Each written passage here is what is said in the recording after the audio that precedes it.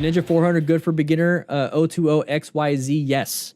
It is good for beginner. A 400 is pretty much going to get you everywhere you need to go. It's fast. It's fast enough to take you on the interstates for a little bit.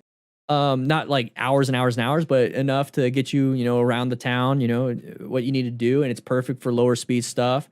Good balance and everything. I've ridden a Ninja 400 and I've practiced on it. It's a lot of fun. And they are fast. They are fast. So I think you're going to be overall, that's a really good beginner, but then you grow into it. And honestly, if all you're doing is riding around town, you never have to get the 600 or 1000 or anything like that. You just stick with the 400. And on top of that, with a Ninja 400, with a 400cc, like sport bikes are expensive insurance. So if you get a lower cc sport bike, you're golden in terms of the pricing of insurance. If you're 25 or older and you have good credit and you don't have a lot of tickets, don't have crashes, and then if you ever decide to upgrade to like a 600 or 1000 or go crazy, if you can keep the 400 and turn it into a track bike, and that way you can practice track riding skills on a lower cc bike, and then it can translate more into the 1000. That way you're safer on the road. I've had around 2 years on road. I still get anxiety when I'm about to ride. Near future, same here. And here's the thing, that's your body's natural response to, hey, we're going to a dangerous situation. Our bodies aren't designed for that. You already know ahead of time. So that's keeping you in check, and it's allowing you to, hey, I'm going to put gear on. Okay, I'm putting my jacket on. I got gloves, pants, and boots, and doing my T-clocks. And okay, here's this anxiety, but how do we minimize the anxiety enough to where it doesn't be detrimental to our riding? Having a little bit is good. Having too much can really mess you up. So lowering that anxiety to a point where it's just there in the background to let you know, hey, I should be in yellow stage and zoned in, is very important. So what you need to do, if you have massive anxiety, and it does prevent you maybe one day from riding, like you're like, I'm about to ride and I have this anxiety, it's super high. It's like, I'm not going to ride. Well, I take that as like an omen that I should drive then. God's given me a reason not to ride today. There would have been a bad thing that happened if I was riding. So that's how I take it. It might be too much of a problem for you. So it's like, if it happens consistent, it's super high, just go to a parking lot and get yourself familiarized again with that bike. And a lot of this happens for riders that are coming back from winter storage or haven't been riding for a while. So go take it to a parking lot, practice your straight line weave, practice your emergency maneuvers like progressive brake pressure, practice your swerve, do all those things and get that confidence up and be like, oh, now all I have to do is worry about traffic. And that's where the situational comes in. I'm working on getting my Class M license without having my normal license. Do you not suggest that? Alex Garcia, so I'm assuming you're in the United States because you're talking about like your motorcycle endorsement without a normal license. You're allowed to do that. We actually have admin in the Discord, and that's what he did. That's what he did. He doesn't have I don't know if he fixed that, but, or not fixed it. I don't think he changed it, but he had a motorcycle license instead of a driving license for the longest time. And the thing is, if you can ride a motorcycle, you can drive a car. Okay. Motorcycle, especially if you go out and you take the MSF class, this is what I recommend. Okay. So let's kind of break it down a little bit. This is what I recommend, Alex, is go take an MSF BRC1 class. You don't need to know anything about cars. And here's the thing, you're going to learn about balance, you're going to learn about clutch, you're going to learn about throttle, you're going to learn about traffic, you're going to learn about everything. You're going to be way better as a car driver if you take a motorcycle class. If you're a dual license, motorcycle or car,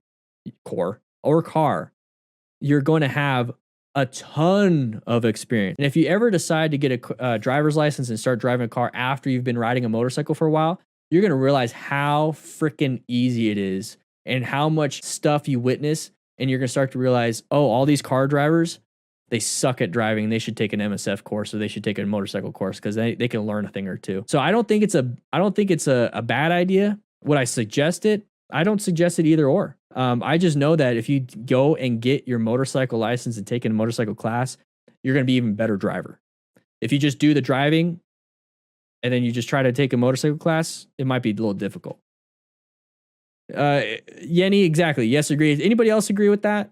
Anybody else agree? Like, I want to see in the chat if you became a better driver because you took a motorcycle class. I want to see if that's the case. Dave777, Dan, what motorcycle related YouTube channels do you like other than Dan and the Fireman? I like Yami Noob. I like Fortnite. I don't spend a lot of time on motorcycle channels. I watch a lot of Star Wars and Marvel theory stuff and nerdy shit. I watch a lot of gaming. Yeah, I mean, it's like one of those things. It's like if you had a job cooking, you're kind of sick and tired of cooking stuff.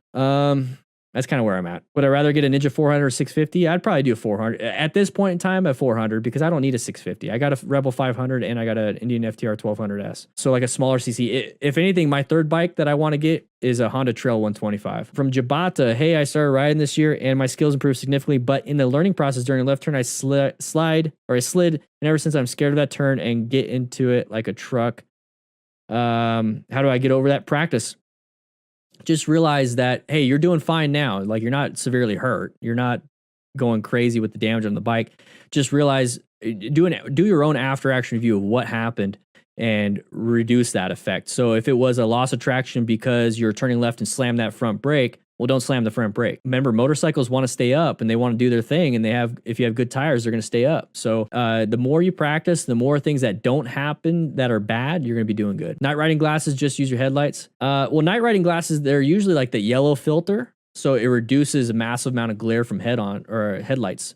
So yellow those yellow motorcycle glasses prevent a lot of that. Body position while cornering from Dave D. Lean the body into the turn or lean the bike into the turn. Both. If you lean the body into the turn more so than the bike stays more upright, which allows it to have more traction, and it allows it to utilize the suspension the way it's supposed to. So if you learn how, I mean, you're going to counter steer first. So that's leaning the bike into it. But as a more advanced, and what you should be doing also is leaning the body into it too.